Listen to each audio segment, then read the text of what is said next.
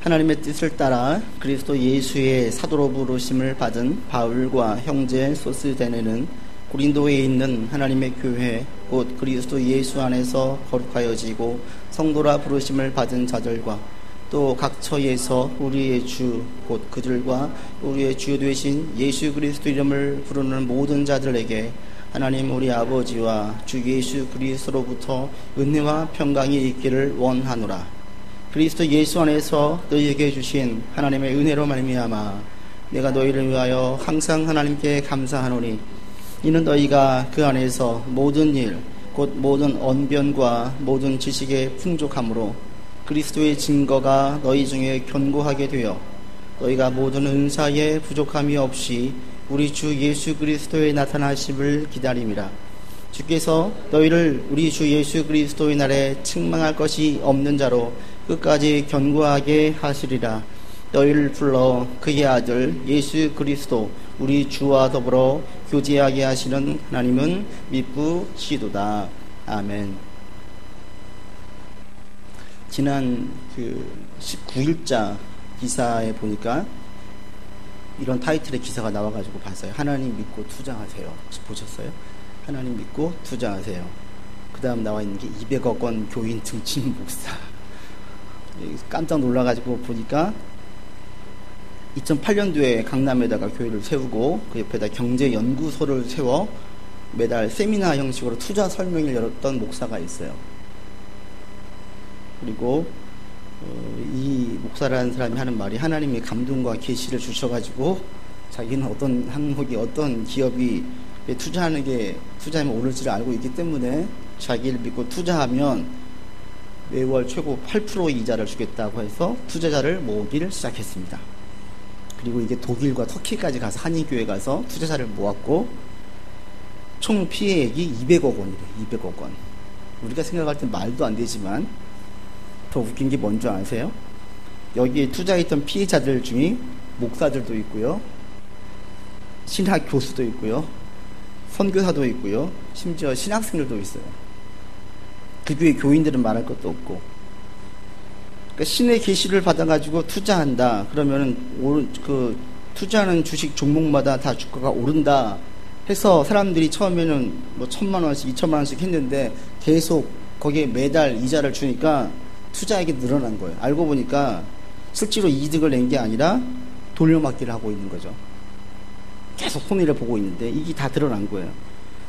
이걸 딱 보면서 그 희대의 사기꾼 조이팔이 생각이 났어요. 조이팔이나 이 목사나 다를 게 뭐가 있어요? 제가 보면서 하다 이제 이런 문제까지 생기나 이런 생각이 들었습니다. 작년인가 끔찍하게 목사가 자녀를 살해하고 집에서 유기한 채 내버려 둔 그 사건을 보고도 경악을 금치 못했는데 이제는 그 문제에 못지않게 희대의 사기꾼이라고 할 수 있는 그런 일을 목사라는 타이틀로 하나님의 이름을 빌어가지고 했다라는 거예요. 이런 기사를 볼 때 여러분들은 어떤 마음이 드세요? 이런 기사를 보면 탄식 먼저 나오고요, 한국 교회에 대한 기도를 할 때 안타까움과 걱정과 암울한 마음이 계속 제 안에 가득해질 뿐입니다. 오늘날 이런 한국 교회의 문제들, 툭하면 터져나오는 한국의 그런 문제들을 볼 때 우리가 어떻게 바라보아야 할지, 또 앞으로 하나하나 고린도전서를 나누면서 교회의 문제들을 살필 때에 이게 고린도 교회의 문제가 한국 교회하고 아주 맞는 부분들이 상당히 많습니다. 이런 걸 볼 때 우리가 어떻게 보아야 할지를 이 고린도전서 후서를 통해서 함께 나눌 수 있기를 바랍니다. 어떻게 이런 한국 교회의 이런 심각한 문제를 볼 때 여러분들은 어떤 마음을 가지고 계세요? 우리가 어떤 심정으로 한국 교회를 바라보아야 하고, 문제 있는 교회를 볼 때 우리가 어떤 심정을 갖는 것이 성경적으로 옳을까? 오늘 본문에서 거기에 대한 답을 줘요. 왜냐하면 이 고린도전서란 이 고린도에 있는 교회도 한국 교회 못지않게 엄청나게 많은 문제가 있거든요. 첫 번째, 경쟁적인 파벌이 있었어요. 우리가 말하면 사회에서, 직장에서 그 라인 타는 그 라인이 있다라는 거예요. 그래서 나는 베드로파다, 나는 아볼로파다, 이런 파당이 생기기 시작했어요. 너 라인이 어디야 이거예요. 교회 내에서도 우리로 말하면 목사님들이 말할 때 너 어느 목사님 편이야, 어떤 목사 지지해, 이런 게 교회 내에 이 고린도 교회에 있었다라는 거예요.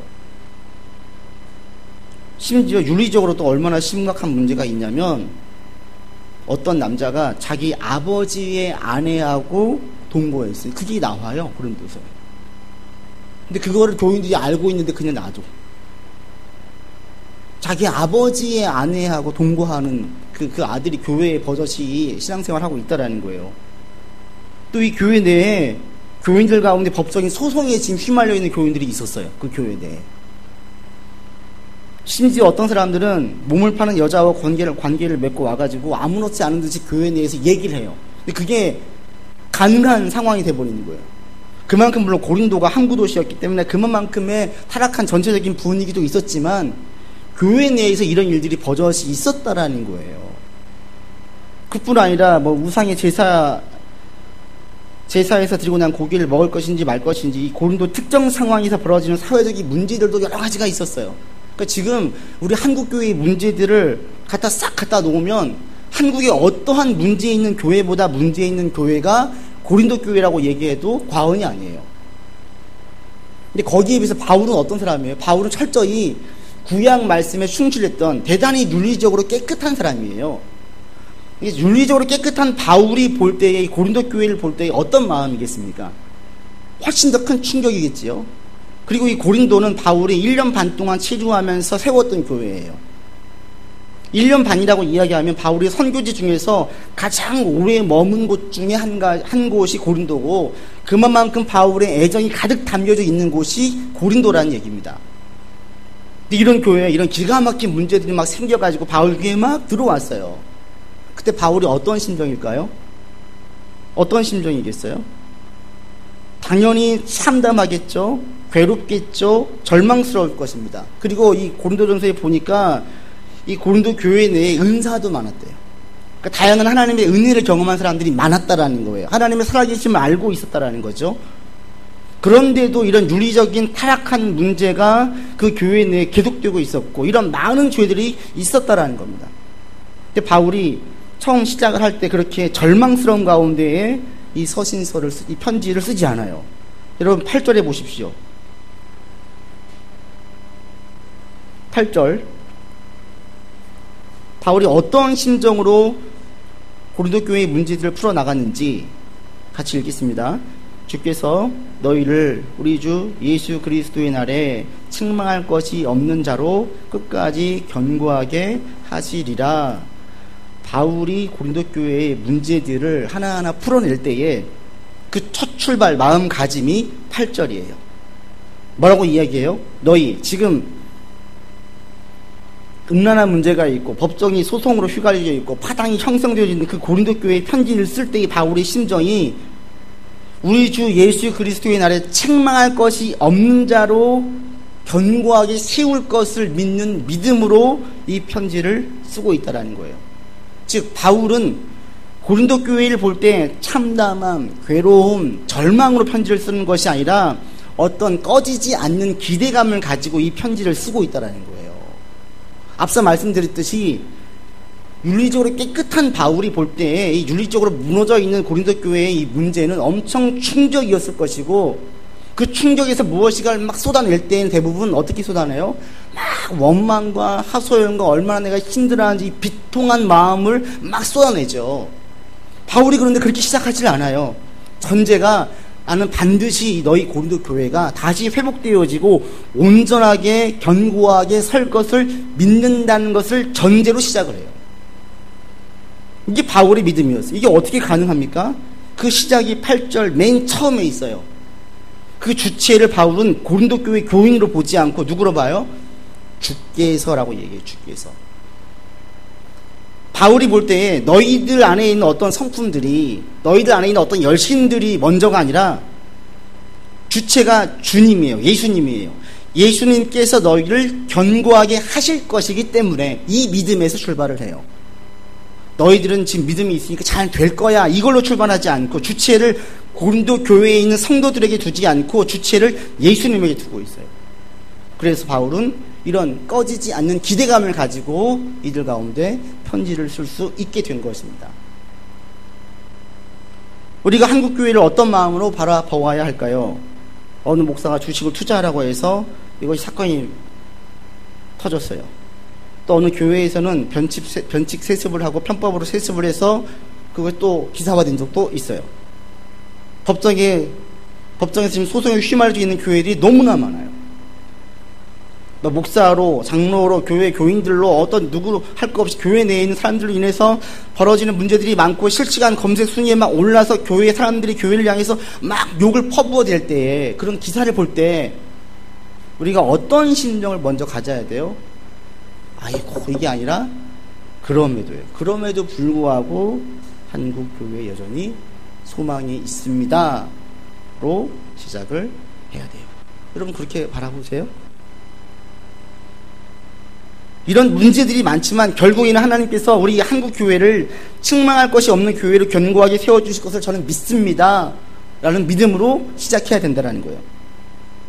근데 저를 봐도 부끄럽게도 저는 그렇지 못했어요. 이런 교회의 문제들을 막 볼 때 저 가운데에서는 한국 교회를 향한 기도가 막 나왔어요. 터져 나왔어요. 제가 기도할 때 제일 뜨거운 기도 제목이 한국 교회에 대한 제목이에요. 우리 한국 교회가 너무나 무너졌습니다. 이런 기도할 때 눈물이 나오고 마음에 안타까움이 있고 애절함이 있어요. 그런데 저의 기도와 바울의 기도가 달랐어요. 저의 기도에는 탄식만 있었어요. 하나님 언제 회복시켜 주시겠습니까? 왜 이렇게 무너졌습니까? 라는 기도만 있었지, 바울처럼 하나님께서 반드시 한국 교회를 책망할 것이 없는 교회로 견고하게 세워주실 것을 저는 믿습니다 라는 기도를 먼저 하지는 않았어요. 이게 어떤 차이가 있는지 아세요? 제가 초등학교 때의 일이에요. 제 친구랑 놀고 있는데 친구 사촌동생이 놀러 왔어요. 한참 놀다가 사촌동생이 없을 때 친구가 저에게 하는 말이, 야 제가 작년에 산에 불을 질러가지고 엄청 손해를 봤어. 엄청 큰일을 저질렀어. 이 얘기를 딱 하는 거예요. 근데 어린 시절에 그게 딱 꽂혔나 봐요. 산불? 말로만 들었던 그 산불을 일으킨 애가 쟤야? 뭐 가끔씩 그 기사 나오잖아요. 산에 불이 났는데 뭐 담배꽁초로 됐다, 누가 애들이 불 질러서, 그런 애 중에, 그런 사람 중에 한 명이 지금 이 애라는 거죠. 그 애를 간간히 봤는데 볼 때마다 저는 산불이 먼저 떠올랐고, 몇 년 전에 만났는데 잘 커가지고 회사에 잘 다니고 있고 아이들 둘이 아빠가 됐어요. 근데 그 애를 딱 몇 년 만에 만났는데 딱 떠오른 생각이 산불이 먼저 떠올랐어요. 어린 시절에 산불을 일으킨 애면 이건 보통 문제아가 아닌 거라는 생각이 있었던 거죠. 대체 제가 얼마나 문제아일까? 그런데 그 아이가 잘 컸어요. 잘 커가지고 버젓이 좋은 직장에 다니고 있고 두 아이의 아빠가 돼가지고 잘 살고 있어요. 보통 산불을 일으킨 아이들을 볼 때 어떤 심정이 들어요?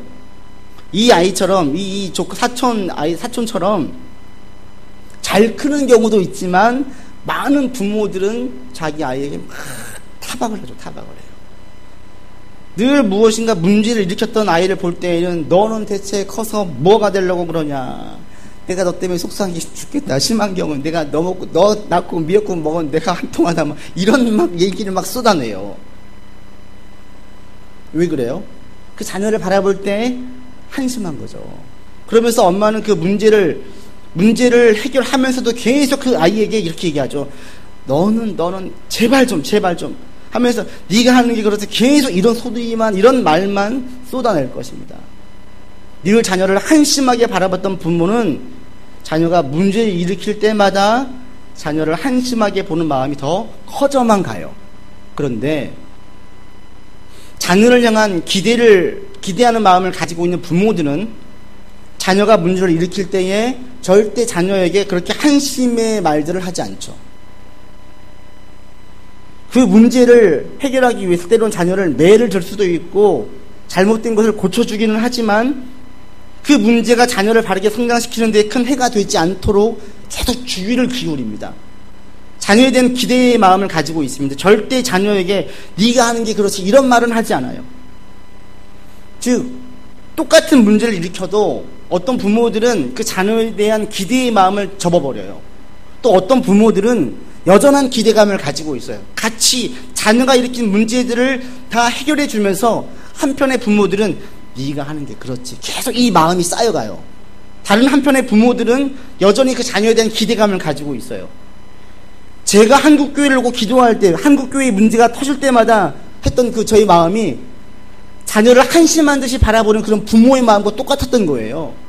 하나님 안 돼요. 하나님 안 돼요. 우리 한국교회 더 이상 무너지면 안 돼요. 이 심리 속에 제가 뭐가 있었냐면 한국교회는 소망 없어. 대형교회는 그래서 안 돼. 그래서 교회는 힘이 생기면 안 돼. 그거 봐. 반드시 우리나라는 언젠가는 유럽의 교회들처럼 쇠퇴하고 말 거야. 이런 게 제 안에 깔려 있었던 거예요. 근데 바울의 기도는 기대를 저버리지 않는 부모의 마음과 같았어요. 아무리 어떤 문제가 있어도 바울은 반드시 someday 언젠가는 하나님께서 이 한국교회를 건강하게 회복해 주실 것을 믿습니다라는 믿음으로 그 문제를 바라보았다는 거죠. 제가 이걸 놓쳤어요. 제 가운데 탄식은 있었어요. 안타까움은 있었어요. 그런데 제 가운데 주님 바라보는 믿음이 없었던 거예요. 그러면서 하나님 믿으면 안 되는데요. 애절한 마음만 있었어요. 제발 더 이상 문제만 일으키지 말라. 이 심령만 있었어요. 그 제가 이번 한 주 동안 어쩌면 제가 제일 큰 은혜를 받으면서 지금 설교를 준비한 것 같고 제가 큰 충격을 받아서 이번 주 기도할 때 계속 이런 기도를 드리게 되어서 너무 감사했습니다. 이 말을 많이 했어요. 그전에는 늘 기도가 회개의 기도만, 하나님 한국교회 이런 문제가 있는데 더 이상 이런 문제가 생기면 안 되는데 이 기도만 했다라면 이번 주에 계속 제가 곱씹었던 게 그거예요. 하나님 여전히 한국교회에는 소망이 있습니다. 한국교회는 여전히 기대가 있습니다. 주님 제가 여기에 대해서 흔들림이 없습니다. 아무리 한국교회에 많은 문제가 있어도 반드시 하나님께서는 이 한국교회를 통해서 다시 회복시켜 주시고 하나님의 영광을 드러나게 하실 것을 저는 믿습니다. 이 믿음의 기도를 드렸어요. 여러분도 마찬가지입니다. 한국교회 여기에서 막 기사가 터지면서 한국에 대한 많은 한국교회에 대한 문제가 나올 때마다 아이고 하지 마시고 그럼에도라고 먼저 고백하세요. 하나님 그럼에도 교회에 소망이 있습니다. 그럼에도 불구하고 하나님께서는 반드시 온전케 이 한국교회를 온전케 해주셔서 아버지의 영광을 드러내는 데에 쓰실 줄 믿습니다. 이 믿음의 기도를 여러분들도 같이 할 수 있기를 바랍니다. 바울이 이런 심정으로 지금 편지를 썼다는 거예요. 그리고 바울이 이런 심정을 가질 수 있었던 또 한 가지의 근거가 있는데 그게 바로 여러분 본문 2절 보십시오. 2절 그리고 5절로 7절까지의 이 내용이 있습니다. 2절 먼저 읽겠습니다. 고린도에 있는 하나님의 교회 곧 그리스도 예수 안에서 거룩하여지고 성도라 부르심을 받은 자들과 또 각 처에서 우리 주의 주 곧 그들과 우리의 주 되신 예수 그리스도 이름을 부르는 모든 자들에게 5절로 7절 말씀 보십시오. 같이 읽겠습니다. 이는 너희가 그 안에서 모든 일 곧 모든 언변과 모든 지식에 풍족함으로 그리스도의 증거가 너희 중에 견고하게 되어 너희가 모든 은사에 부족함이 없이 우리 주 예수 그리스도의 나타나심을 기다립니다. 바울이 꺼지지 않는 기대감을 계속 가질 수 있었던 그 이유가 2절과 5절로 7절까지 남겨져 있어요. 왜 그랬냐? 첫 번째는 주님 때문이라고 말씀을 드렸어요. 주님께서 세우실 것이다. 또 한 가지는 뭐냐면 이들을 성도라고 보았어요. 성도. 하나님께서 너희들을 예수를 그리스도로 고백하는 믿음을 가지고 있는 너희들은 어떤 행실을 하든지 간에 거룩한 사람이라는 거예요. 바울은 그것을 먼저 보았어요. 그들의 행실을 본 게 아니라. 그 다음에 5절로 7절까지 있는 게 무엇을 보았냐면 너희 가운데 지금 많은 문제가 있지만 너희는 성도다. 또한 부름받은 자들 너희들은 그리스도 안에 있다. 그리고 그리스도를 기다리는 믿음을 가지고 있다. 때문에 나는 너희에게 여전히 기대감을 가지고 있겠다라는 거예요. 너희가 누구냐? 너희가 이러이러이러 했지 라는 행실에 초점을 두는 것이 아니라 그들이 고백하는 진실된 믿음에 초점을 두고 있어요. 바울이 바라보는 것은 그들의 난잡한 행위가 아니었어요. 바울이 보았다는 것은 그들의 중심이었어요. 우리 가끔 착각해요. 행실이 우리 믿음을 대변할 것이라고. 절대 아닙니다. 하나님 우리에게 보시는 것은 우리의 행위가 아니에요. 사람들은 행위를 중요시 여기지만 하나님 우리의 행실을 중요하게 여기지 않습니다. 행실은 따라오게 되어 있어요. 하나님 제일 중요하게 여기시는 것은 우리의 중심이에요. 중심. 우리의 마음. 우리가 만약에 지금 여러분들이 마음속에서 예수님은 나의 주인이십니다 라고 고백을 하시면 여러분 삶에서 주님이 주인이 아니라 돈이 주인인 것처럼 사람이 주인인 것처럼 명예가 주인인 것처럼 행실을 해도 하나님 그 행실을 중요하게 여기시지 않고 우리의 중심을 더 중요하게 여긴다라는 겁니다. 아직은 믿음이 부족해가지고 넘어질 수 있고 남들 볼 때에는 하나님 아닌 다른 것을 주인으로 삼은 것처럼 보일 수 있지만 진실되게 고백하는 그 믿음을 하나님께서는 귀히 여긴다라는 거예요. 바울이 지금 보고 있는 게 이거예요. 너희들에게 이런 난잡한 행위들이 있지를 먼저 본 게 아니라 너희 안에는 진실된 믿음이 있다는 것을 바울은 믿기 때문에 이런 기대감에 가득 찬 고백을 할 수 있었던 것입니다. 우리가 왜 한국교회를 볼 때 기대를 해야 돼? 저는 여러분들에게 한국에 있는 모든 교회에 다 기대감을 가지라고 얘기하고 싶진 않아요. 그건 아니에요. 십자가만 있으면 다 모든 교회에 다 거룩한 교회가 되고 기대감을 가질 수 있습니까? 절대 아니에요. 그 교회에 있는 사람들이 예수를 진정 주로 고백을 하고 그 마음 가운데에 진실된 믿음을 가지고 있는 분들이라면, 그런 분들이 그 교회에 있다면 기대감을 가지라는 거예요. 그러나 그렇지 않다라면 우리는 그런 교회는 기대감을 가질 수 없어요. 그런 교회는, 심하게 말해서 그런 교회는 망해야 돼요. 그런 교회는 없어져야 돼요. 그리고 예수를 주로 고백하고 예수의 말씀을 가장 귀히 여기는 교회들이 흥왕해야 돼요. 그 교회가 대형 교회이든 작은 교회이든 이거 상관없어요. 여러분, 대형 교회만 문제가 있어요? 아니에요. 작은 교회들도 엄청 문제 많아요. 즉, 교회의 사이즈가 중요한 게 아니에요. 바울이 이것을 가지고, 이 믿음을 가지고 있었기 때문에 고린도 교회에 이렇게 많은 문제가 있었어도 바울은 꺾이지 않는 기대감을 가지고 이 편지를 쓰면서 문제를 하나하나 짚어가면서 풀어낼 수 있었던 겁니다. 이 시간 여러분들에게도 이 신앙이 중요해요. 첫 번째, 이 신앙이 우리에게 왜 중요하냐면, 이 신앙을, 이 관점을 여러분이 가지고 있으면, 즉 눈에 보이는 행실을 중요하게 여기지 않고 내 마음속에 가지고 있는 진실된 걸 제일 중요하게 여기는 이 믿음을 가지고 있으면 이게 우리 신앙에 엄청나게 유익을 줘요. 외형적으로 한국 교회를 볼 때 부정적이고 절망적으로 바라보지 않고 그럼에도 불구하고라는 신앙을 가질 수 있었던 것처럼 이 신앙이 우리 개개인에게도 적용이 되어져요. 여러분이 지금 이 시간 나의 믿음의 정도, 신앙의 열륜의 정도, 가지고 있는 지식의 정도, 사회적인 지위의 정도에 상관없이 예수를 주로 고백을 하고 이 고백이 진실된 고백이라면 그 순간 여러분, 하나님께서 여러분들에게 기대하세요. 그리고 우리를 통해서 무엇인가 하나님의 일을 이루실 것이라는 사명을 주세요. 지금의 내 상황에 상관없이, 내 행실에 상관없이, 온전한 정도에 상관없이 우리 이런 기대감을 가질 수 있고요. 때때로 나의 행동과 행실에 실망을 해가지고 이렇게 절망스러워해도 믿음이 있다면 다시 일어날 수가 있어요. 즉, 이런 바른 믿음을 가지고 있으면 난 안 돼. 나는 하나님께 쓰임받을 수 없을 거야.